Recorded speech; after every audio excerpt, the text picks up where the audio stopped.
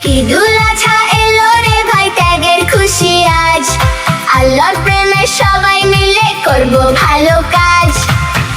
বন্ধুরা, ঈদের আনন্দে আদরে পশু পাখিদেরও তো খুশি করতে হবে, তাই না? ওদের যত্ন নেওয়াও কিন্তু দারুণ একটা কাজ। জানো, সিলেট পিট গ্যালারিতে আছে কিউট বিড়াল, পাখি আর রঙিন মাছ। চাইলেই ওদের কিনে নিজের বন্ধু বানাতে পারো।